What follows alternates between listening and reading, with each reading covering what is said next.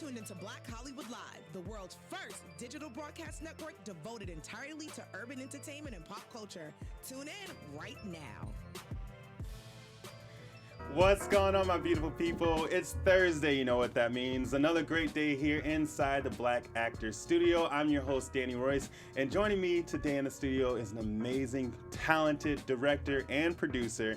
I produced and directed the award-winning 4-part series, Black is the New Black, and also one of UK's 100 most influential Black people alongside the Duchess of Sussex, Meghan Markle. Great pleasure to have him in the studio. I'd like to welcome the Black Actors Studio. Is very proud to have Simon Frederick. What's up, and how are you? I'm very well. Great to have you in here. Thank you for having me. Of course. How are you today? I'm good. Yeah? I'm good. Yeah, excited to be here. Good. I'm glad you are. I'm excited to have you. So first I want to congratulate you on They've Gotta Have Us. All right, the series. I mean, I was just reading the synopsis and all that. It's actually really incredible, and I'm so excited to have you here in the studio because that's the basis of what this show was built on. You know, it just bringing light to our people and the history and our amazingness, our Blackness, right? So I want to ask you, what was like one of the first things that came to your mind about creating this series? It's exactly what you said. Mm-hmm. We're exceptional. Yes. You know, it's like I grew up watching exceptional performances from, incredible artists. Mm-hmm. I remember when I was a kid seeing, like those great Roman films. Yeah. And there was this black guy that was in this film. Mm-hmm. And this guy was like built, like a muscle man. Right. But he was beating white people. Mm. And I just thought, there's a guy that's winning. Mm. And he was a great actor. His name was Willie Strode. Yes. And Willie Strode was an amazing actor, but he was the first person that really stood out to me. Mm-hmm. And I just kept seeing these performances after performances after performances of really, superb people. And then you get to see like Trading Places and, Yes. And Eddie Murphy, being Eddie Murphy. Yeah. And I just thought that was amazing because here was a black man walking through the white world and him being unapologetically black. And that really inspired me. That's awesome. We're going to talk a lot more about They've Gotta Have Us later on in the show, but here in the studio, we like to start off at the beginning. Where were you born? Okay, I was born in London. Nice. Yeah. Okay. I'm going to be telling you the truth of my background. Okay. From the accent, right? How was the dynamics in your household? Well, when I was, say, for about the age of 6 until I was about 9, I spent most of that time in Grenada, and that was incredible, because growing up in a black country, everyone's black. Yeah. Yes, it's a colonialized country. It comes from colonial past, so you're aware of racism, but you don't encounter it every day. I remember when I went back to London and being in what we call junior school, and I remember reading this book, and they asked me to read a passage. And I had this Grenadian accent, and so I remember, I can't remember the full passage, but it was like the man confronted the skeleton, and the teacher said to me, "Fredericks, spell skeleton," and I spelt skeleton, but then I kept reading it as skellington, and he sent me out the class. Really? Yeah, and I couldn't understand why he was sending me out the class, but he felt that I was, Can I swear on here? Or? Yeah, drop it. Okay. He felt that I was taking the piss. Okay. Yeah, and I wasn't. So that made me realize when I got a bit older and I started to challenge the status quo in school, that I realized that my teachers were not culturally aware. Right. And I think that's something which is, living in the Western world. Of course. It doesn't matter whether I live in England or I live in America. And trust me when I say, there's a lot of people here who really believe that that in Britain we don't have racism. We have had just as bad racism that as you guys have had here. We've had a civil rights movement which has followed the American civil rights movement, but we have been beaten, we have been chased, we've been bitten by dogs. We've had all of that. Right. My parents went to the United Kingdom in the 60s. And when they arrived there were signs on windows saying, no blacks, no Irish, no dogs. So, they'd go and rent a room and they'd turn up and they'd be told that there were no more spaces. Right. Somebody white turns up, they could rent the room, Right. So it really was not an easy time growing up in England in like the 70s and the 80s. It was quite difficult. I mean, just to be, compared to a dog, like what is, like that's crazy. But we've come a long way. We still have a long way to go. I do want to touch on just a moment about Meghan Markle and on Harry and that whole leaving the line, so to speak. What are your thoughts on that? It's an interesting question. I did a radio interview in London about this, and I said, look, I'm not coming on here to talk about Harry and Meghan and their decision because I don't know them. Yes. Yeah, and I don't know what the basis of their decision is, Okay. really. Yeah. But from my observation, has the media been racist towards her? Well, hell yeah. Of course, yeah. And when I've spoken to my white colleagues and friends about this, I just say to them, this is really simple. Yeah. When you were growing up, if you brought home a person of color and said to them, this is someone I'm going to marry, what would they say? Right. Yeah? Right. They would be concerned that because in their minds they had this vision that we do it in the black community. Yeah. So it's something. So my thing is always break it down to its fundamentals. Yes. Yeah. Correct. What I do believe is that happened though is that I think that when the wedding happened, the whole world was happy for them. Then when they had the child, she put up brick walls. Yeah, and I think that if you're going into the Queen is a matriarch in this environment, it's like going into any family, okay, and you have your mother or grandmother is your matriarch. She's the leader Correct. of your family, right. And then you bring in your new partner and your new wife, and she wants to be the matriarch straight away. Yeah, it causes disturbance. Yes. Yeah, and I think that Meghan didn't do herself any favors. She had the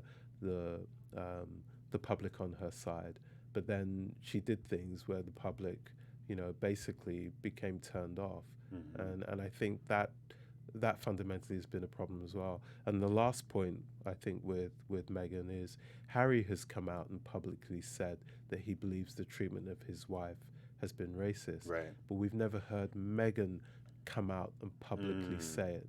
And if she hasn't said it, it means that people can continually say that it's not racist because she hasn't said it. Yeah. That's a very good point.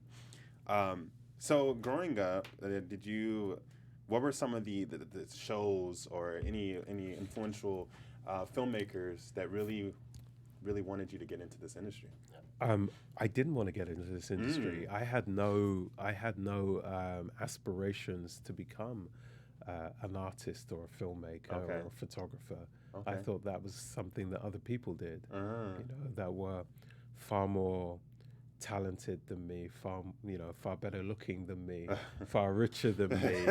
I know you're not agreeing with that, but hey, not at all. Yeah. but that's what I believed. Yeah. And so it wasn't something that really was on my radar, but at the same time, I admired those people. I really felt I had an affinity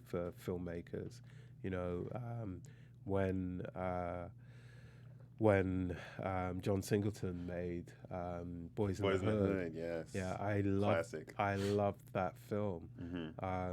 And then when I heard he was 19 when he made it, you know, it was like I couldn't believe that there was this guy, we're similar ages, and you know, I know what I was doing at 19, yeah, and I wasn't writing scripts, Right. So, you know, it's like it was awe-inspiring, you know. But then I just thought that these people were superhuman. I thought they were on a completely different plane. Right. You thought it was kind of like unattainable, and so Yeah, so to speak. because I think that for black people, for black kids, even for working class white kids, we're not told that you know, when you go to school, no one ever tells you what you really could be, or no one ever asks you what you would like to be. Right. Yeah. All that happens is you go through a school system, and it churns you out at the end. Yeah. Yeah. And that's it. Definitely. What did you get into after school? Like what profession did you find yourself in? Yeah. So what was some of the professions that you found yourself getting into after school? Well, actually, during school, from a very young age, I was always drawing. Okay. I always used to draw. Nice. My West Indian father, you know, who was, you know, really wanted me to have a career and be safe in an unsafe England. Was like, you know, get a book, you know, read books, you know, do maths, get a good job. Okay, so he wasn't really keen on me drawing, but my mum really encouraged it, you know, and you know, and my mum passed away some years ago, but I always give, you know, praise to her, because I wouldn't be here today if it wasn't for her understanding that you know, I think that in the black community, it's really important that we as parents allow our children to dream. Yes. And we don't kill our children's dreams. Right. Yeah. And my mum allowed me to be a dreamer. I remember I went on holiday to Grenada, and when I arrived in my grandmother's house, my grandmother had framed all these pictures that I'd drawn that my mum had sent to her in Grenada. And it's like it just melted my heart as a kid, you know, that my grandmother was the first person to put my art up on her walls. That's amazing. Yeah, that's such an incredible feeling. It's interesting also that you brought up about the dreams and not, you know, killing, especially in our community. Do you find that that's happening? I mean, maybe in the past it's happened a lot more, but now, do you think that's something that's really prevalent, or that we're kind of getting away from that? I think we're getting away from that because we're in this social media type world where anyone can be an entrepreneur if they really want to be, and that's a wonderful thing. But I think back in the day there was a certain generation of parents who, they, you know, if you said to them, look, I want to be a filmmaker or I want to be an artist, they were like, what?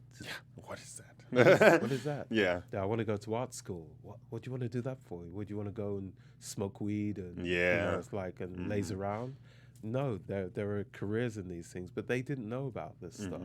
You know, their education about these careers were very limited or non-existent. You know, so I think to a certain extent, you know, our generation has educated our parents in terms of possibility. My dad is completely different now, fully supportive of my career, loves it, you know, will tell everyone, you know, my son have a show on Netflix, you know. Yeah. Right, now he's like, yes, I got it. Yeah. No, that's amazing. But when did you make that transition to like, okay, I'm going to make this happen? I'm going to, you know, you said John Singleton was someone that you kind of caught your eye with Boys in the Hood. When did you make that decision, or I'm gonna go into filmmaking, I'm going to give my artistry a try? Okay. So I was 38 when I picked up a camera, started taking pictures, which is late. And when I got to 40, I had quite a successful career in communications. And I went to my partners and said, I'm leaving. And they thought I was crazy. I made a portfolio, spent about a year making a portfolio, and I went round to a lot of people who were my clients or people that I had employed, and showed them that portfolio, and they all said to me, "Don't do it. You're not good enough. Don't do this." Wow. Yeah, and I don't know. Maybe it's the stubborn side of me, from come way back from the ancestors, that got us through slavery. And I just followed I followed my instincts. I followed what I believed was the right path for me. That's awesome. But there was a transition because I was a music photographer. Okay. And I've worked with some, I've photographed many bands and artists around the world, big name people, whatever. And some people would say to me, it's like, that was a really great session. You should shoot my music video. And I would say to them, I'm not a director. And I said that for years because I really did believe that to become a director, I needed to go to film school. I needed to study the art. I needed to understand the craft. Okay. And I couldn't just pick up a camera and say, I am a director. Yeah. But then I started to shoot the odd music video. And I remember shooting a music video for a young guy called Calvin Colt, who's German, and he's now become like a huge mega star in Germany and across the world, certain parts of the world as well. And it was a friend of mine, Savannah Giesler. I'm going to give Savannah a call out. Yeah, Savannah is quite a high-profile producer. She works with a director called Johan Renck. Okay. And they did the last music videos for when David Bowie died. Oh, they wow. made all those videos. Wow, okay. And she said to me, metaphorically speaking, you need to come out of the closet with your directing. Yes. Yeah, because you are making stuff for people who you're doing it for little or no money, and you're making magic out of stuff. So go and direct. And it was her forthrightness and slight bullying that I decided that I was gonna try my hand at this. So that's amazing. Yeah, that's how I began. That's how you began, and I want to talk about Black is the New Black. So tell us about the start of that. Where'd you get the idea of creating the 4-part series? Very similar to creating this. Again, frustration. I'm living in England. I'm reading the newspapers, and it's constantly telling me that the Black community is a failing community, educationally, financially, all of these things. But yet I look around me and I see talent. Yeah. Naomi Campbell is a world star. Yeah. Yeah. There are other people who are doing stuff, and it's across the board in science, in literature, everything, in everything. Yeah. And that's just Brits. I'm not even talking about over here. Yeah. And so I got really frustrated at that fact that we were being seen through a lens, and that lens was not showing us in a favorable light. My mum took me to the National Portrait Gallery, and I had a fascination for those portraits. I couldn't tell you today why. At that young age, I just was interested in staring at those portraits. But they communicated to me in some way. I love the artistry of it. Of course. So when I got older, I remember walking around the gallery and thinking to myself, if this gallery is I gave it a nickname, and the nickname was the family album of our nation's achievers. Wow. Where were the cousins in this? And I kept walking around. And then I remember reading this phrase, and it's a really powerful phrase, that you can tell the history of a nation by the people it chooses to put up on its walls. That's deep. Wow, that is. Yeah. That is deep. So I was like, something needs to be done about this. So I sent an email to the then director of the National Portrait Gallery, a man by the name of Sandy Nairn. And to my surprise, he answered and agreed to a meeting. And I came in. I hadn't shot anything. It was just an idea. And you don't go to these people with an idea. With just an idea. My naivety. And I went in and told him, and he said, look, if you can do this, bring the pictures here. We have a selection process. It may not be that we take them, but go ahead. It's a great idea. So I started to call people that I knew. I started to call people that I knew who knew other people. And I started to, so Black is New Black was meant to be just an exhibition. Okay.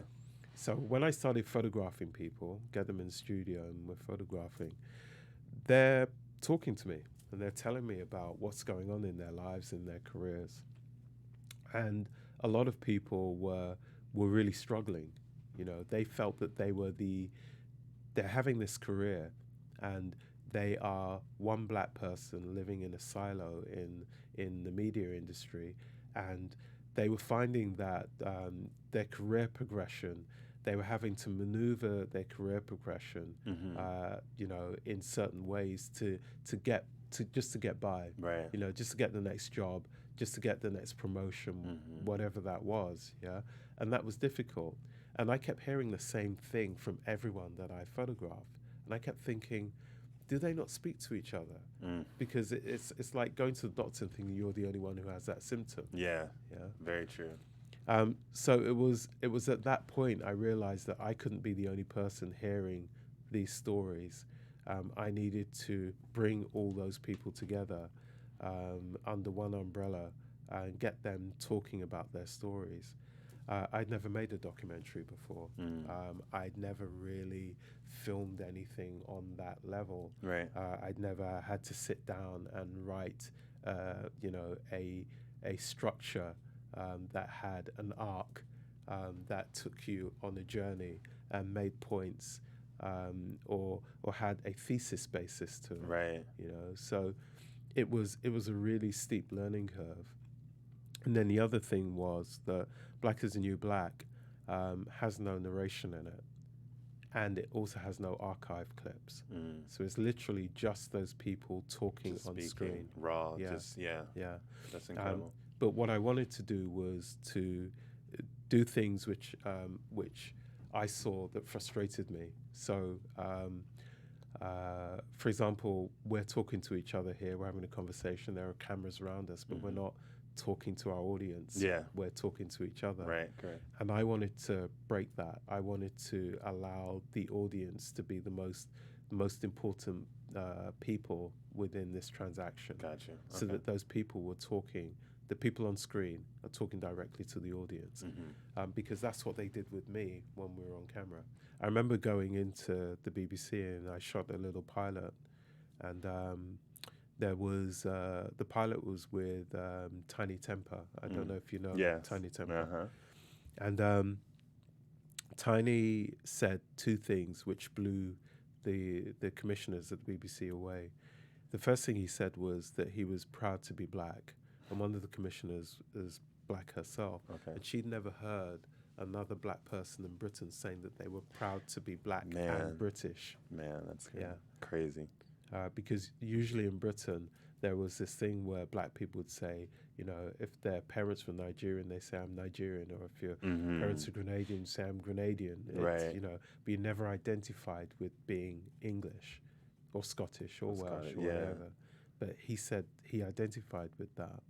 And the other thing that he identified with, which was really stunning, because it proved that we, as black people, we don't really understand our own diversity. No, that is very true. Yeah, and also, you know, I don't think white people understand our diversity either. But they don't care. But we don't really understand our diversity, because he says something profound. In Black History Month in England, which is in November, by the way, in schools, all they teach you about is slavery. Yes. Which I believe is the same here. Correct. Yeah. So he went home and he said to his mum, Mum, were we slaves? And she said, have you lost your mind? And he said, well, at school, it's Black History Month, and they're saying that we're slaves. And she says, listen, your father is from Nigeria. His father is from Nigeria. His father was from Nigeria. And his father was from Nigeria. We were never slaves. Yeah? Not all of us, not all Black people were slaves or went through slavery. Correct. Yeah. You know? And that is really a profound thought. And when we presented that, they were like, wow, this is amazing. But you can't make it. You can't make the show like that. You know, we don't make television this way. Yeah. And I said, that's the way I'm going to make it, or I'm not going to make it at all. There you go. So they said to us, okay, if you could prove to us that it would work, you know, give us an example of something that works in a same kind of format. And if your answer's good enough, we'll commission it. So I thought for a second, actually, there is something. There's a radio show in England. It's been on, I'm not sure if it's 50 or 60 years, this radio show's been on. Every year its audience grows. Yeah. Wow. And it's a radio play. It's a drama. Yeah. Wow. I can't see the characters. Yeah. I don't know anything about their locations because it's just voice. Right. So I said, yeah, there's a show called The Archers. It's just voice.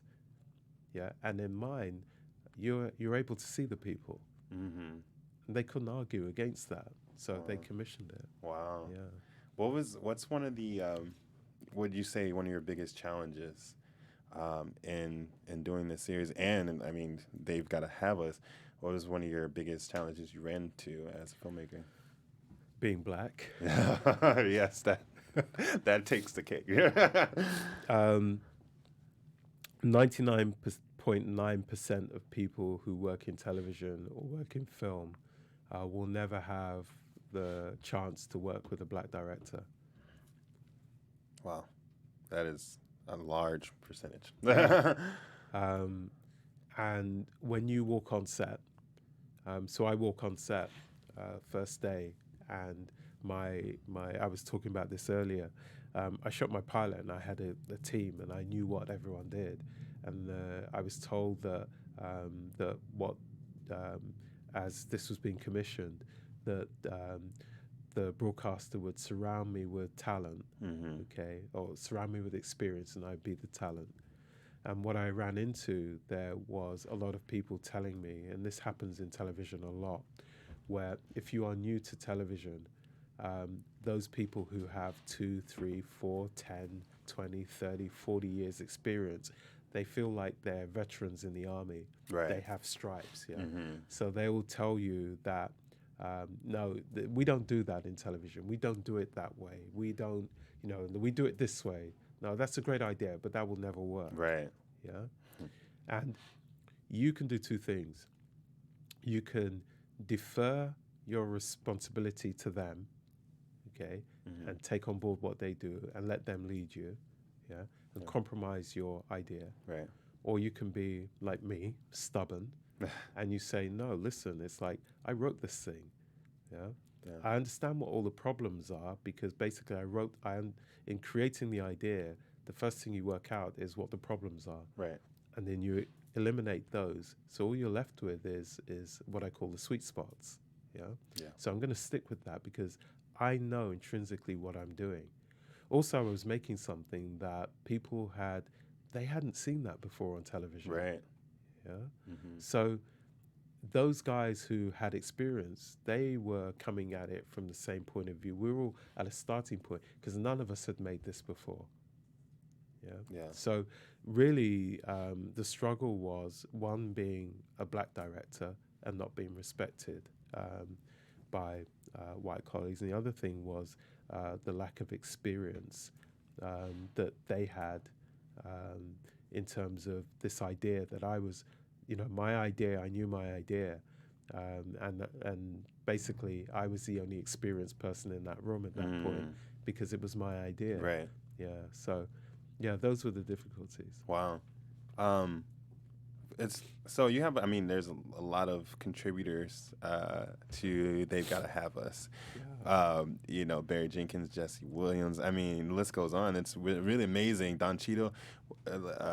How was getting these people on board How was that process for you? So we first made this TV show with the BBC, and when they commissioned it, they were, look, this is great, but will you get those people? Because anyone who's made television knows that people will pitch an idea, and they'll come with this long list. You know? They'll resurrect the dead and put it on the list. Right.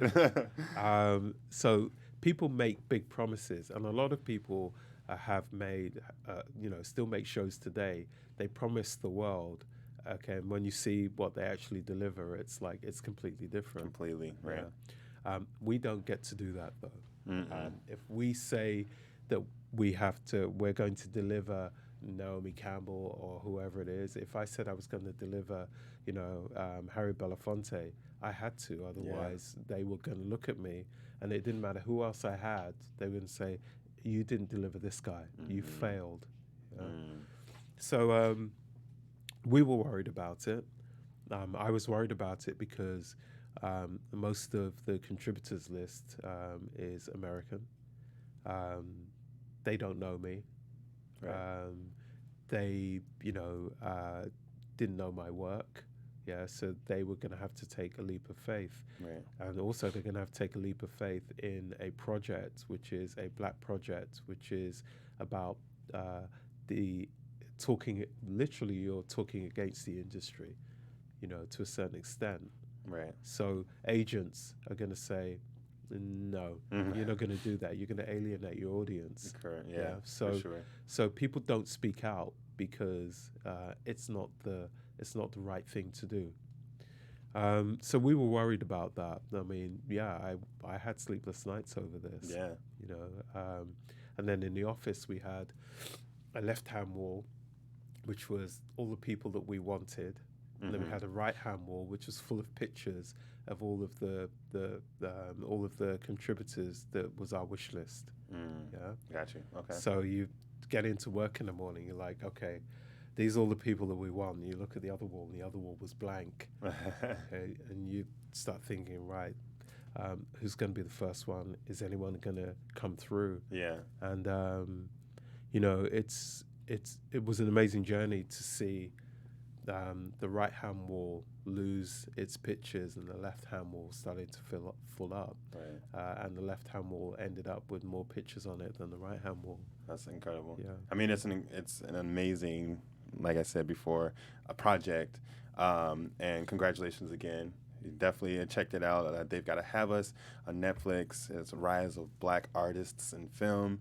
To wrap up the interview, I want to just do this is a special segment where we do fast round questions. Okay? Sure. Okay. So this is I'll ask you some questions and you tell me the first thing that comes to mind. Okay. Okay. All right. All right. Could be dangerous. It could be. Who is someone you would like to work with? I'm working with Ava DuVernay. Hey, yes. Love that. What is your favorite word?